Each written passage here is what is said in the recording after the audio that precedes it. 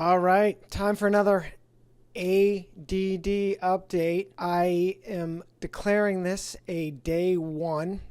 I attempted last week on my social media videos to declare a day two on the war on ADD, as I call ADHD for short. And I was vowing to do daily videos on there, kind of giving updates, and promptly failed to not record another one for the entire week due to my condition, which I continue to learn more and more about. So I'm going to try to do more frequent updates, actually, and it all relates to sobriety as well, especially since I don't know that I was just thinking in the shower whether I've met an alcoholic that didn't say they also had ADD when you bring it up. So I think it's very relevant. I think it's relevant for the world to understand more and more about this. It's as misunderstood as alcoholism. It's unbelievable. I just listened to a webinar on the myths of ADD and how to deal with people that don't even believe in it or don't understand it. And it's crazy. You know, one thing the guy threw out is, even the medical profession, just like with alcoholism, they are very undereducated.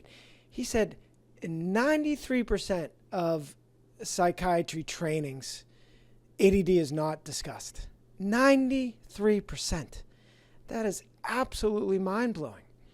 It truly is. And the biggest similarity, there's so many, but it's about the whole willpower thing, that people think it's just a lack of willpower, just like with drinking. I say it all the time. It's not a matter of willpower, especially, at least initially, until you overcome essentially the brainwashing of the booze and start to do the work.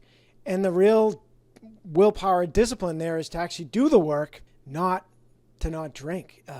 You have to do the work to rewire your brain, and then you've got a fighting chance with willpower. So, even myself, I feel guilty. I've talked about, I installed this app called Opal that will block whatever websites and so, apps that you want it to, which makes it sound like, oh, I'm just a distracted person that gets distracted by the internet.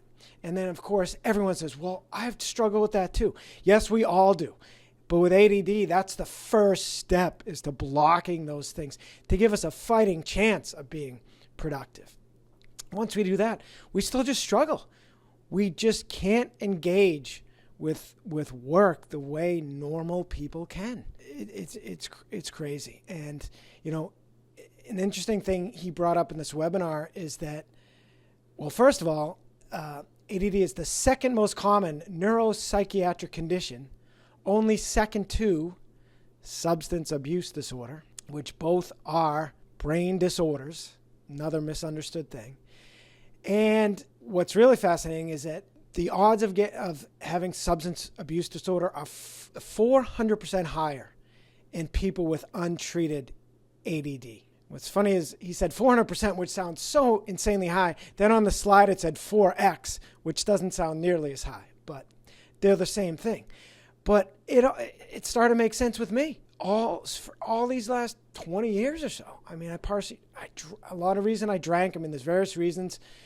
Overall, one was just pressure to perform, including to be productive, perform socially, but also work-wise.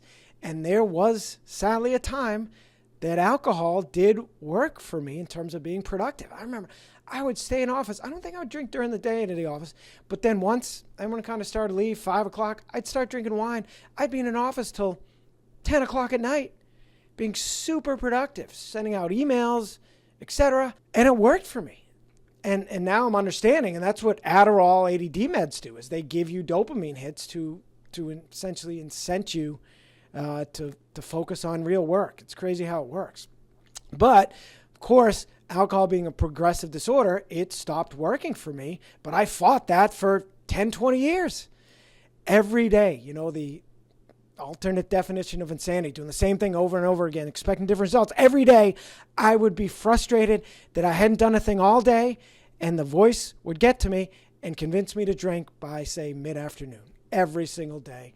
And then immediately I'd drink, no matter how much I vowed to drink slowly, I would drink too quickly.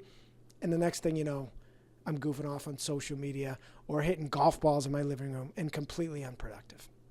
So that's a big reason, I believe, why the odds of having a substance abuse disorder, 400% higher with untreated ADD. Now, it is most cases genetic. We're prone to having the disorder anyway. But I do wonder how much less I would have drank had I been diagnosed with ADD long ago. And I took a test for it 15 years ago. And just as this guy said in the webinar, the psychiatrist diagnosed me with depression, because he said it's often misdiagnosed with depression and anxiety. They did tests where they told doctors this was a study on people with ADD, and they wanted them to verify if these people had it or not. And these are ones that they had determined conclusively had ADD, and these doctors said, nope, they don't have it. And again, either anxiety or depression. So it's crazy. My doctor actually back then at least did prescribe me Wellbutrin, which has since, turns out, helps with ADD, but it made my heart race.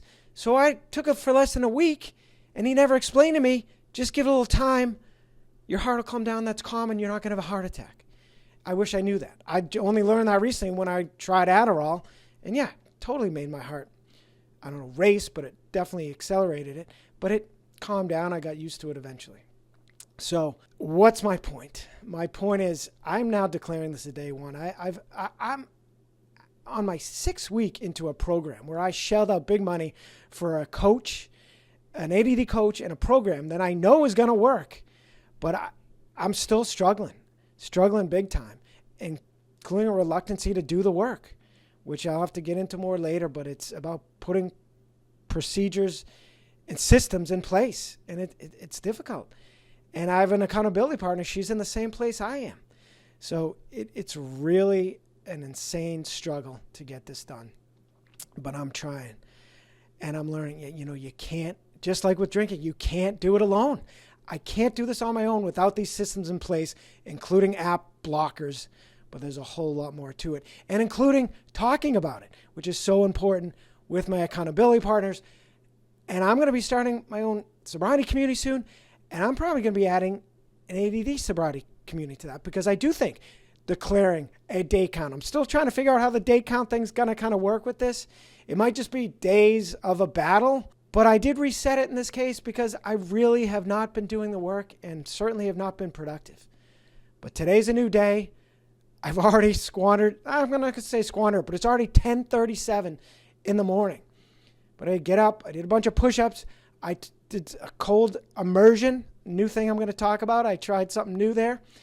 And I don't know what the hell else I did. Stretched and a few other things, and now it's already 10:30. But I'm going to wrap this up. I'm going to film one more video, then I'm going to get into Workbar, which I've gave up. I said I got to go back to Workbar. I've got to be in a shared office space to be productive, or in an office environment. And ideally, I'm going to keep giving frequent updates. So good luck to me. And a buddy, I'll end with this quote. A buddy said, presence over productivity. And I've really struggled with not being present because I have so many thoughts racing through my head, including about all the things I need to do.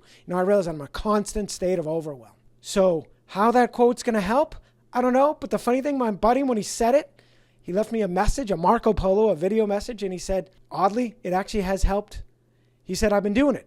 Presence over productivity, but it's actually helped with my productivity.